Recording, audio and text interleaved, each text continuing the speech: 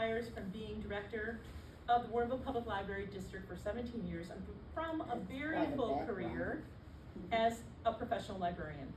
I've had the pleasure of serving as a trustee here during most of Sandy's tenure, and it truly has been a pleasure. Much of the credit for that goes to Sandy. Her professionalism, clarity, fiscal responsibility, and sense of humor, vitally important, have been hallmarks on which the board could consistently rely. Sandy has always taken the board's vision of the library being a welcome, accessible resource for Warrenville to a higher and more expanded level, truly making this a community gathering place. It's been Sandy's exemplary leadership style, engaging, thoughtful, and collaborative, that has led the library through a time of growth, innovation, and the challenges and opportunities of the COVID-19 pandemic. I cannot overstate the commitment Sandy has had to this library, especially during our 2017 renovation and the ever-evolving and ongoing pandemic. Early in her tenure, Sandy has made it a priority, she did make it a priority, to implement a welcoming customer service orientation among staff to members. The friendliness of our staff is indeed Sandy's legacy, and positive comments about it has been consistent year after year after year. Also early on, Sandy ushered in Wi-Fi, downloadable books. Can you remember way back then when those things weren't actually anywhere? And now we rely on them so much. And you know, we were just starting. I mean, it was like we would, in board meetings, we would be like, oh, 14 people checked out downloadable books. I mean, it was really amazing back then. It was, you know, way back when. And she also started the summertime tradition of concerts on the Commons, and that has just been such a fantastic part of Sandy's legacy here too. Yes. She also implemented the Sunday music matinee series that we're doing as well, and which is also lovely. As part of the 2016 and 17 renovation, not only did Sandy plan much of the current space needs and redesign with input from staff, she created plans and timelines for so many tasks, such as moving the collections all over the library so that we could start building in different parts of it, and service desks and relocating staff work areas. The library was able to remain open for all but 2 weeks of our construction period, which is just astounding when you consider all of the things that we did here.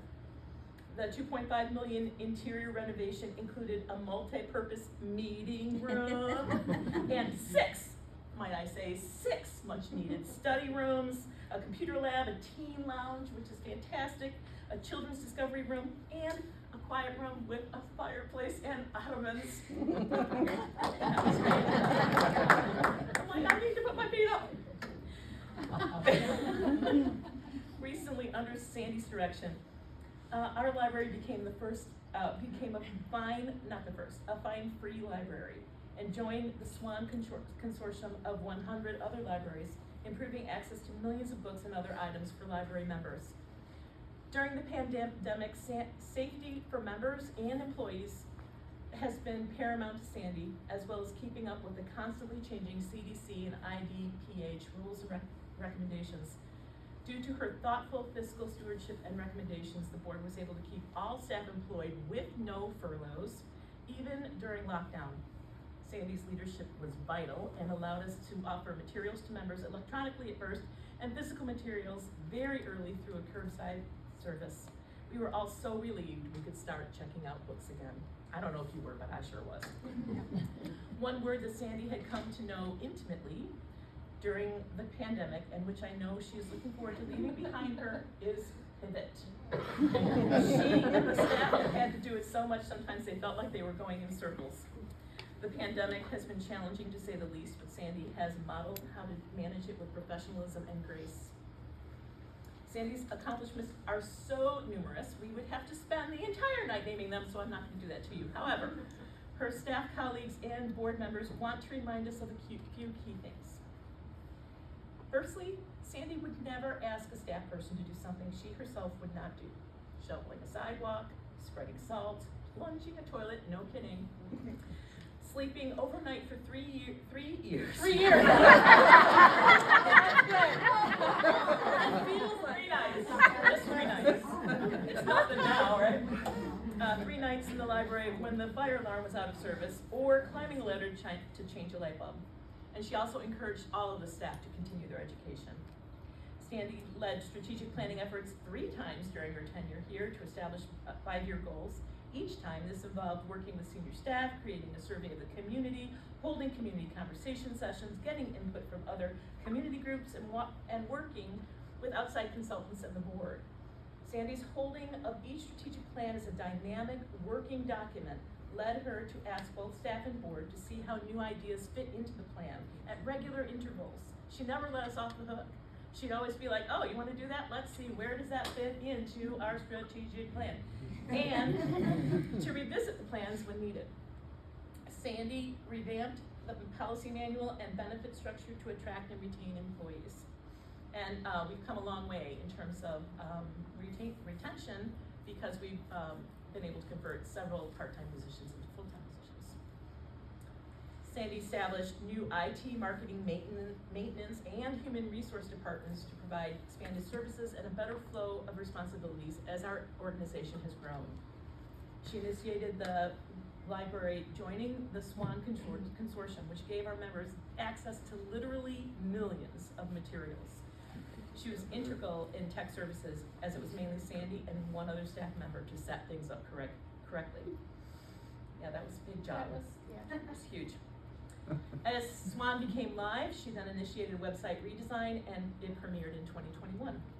Sandy led us in participating in various community events. All of us have been participated in some of these: Summer Days, National Light Out, the Warrenville 4th of July Parade, Art on the Prairie, and she also was instrumental in having us join the Wheaton-Warrenville Early Childhood Collaboration and large summer events like the Solar Eclipse Viewing Party, which was quite the party. Sandy had the foresight to order solar eclipse glasses well ahead of other organizations, and the line wrapped around the property for people to get glasses. You know there are more solar eclipses coming, right? And Paul has already tipped me He's off, on it. and we've ordered the glasses already. We want to participate. That's right. More recently, she's advocated for outreach programs such as the Literacy at the Laundromat Project to bring books to the places where people who might not otherwise come to the library are gathering. Sandy has always encouraged outreach and forming partnerships.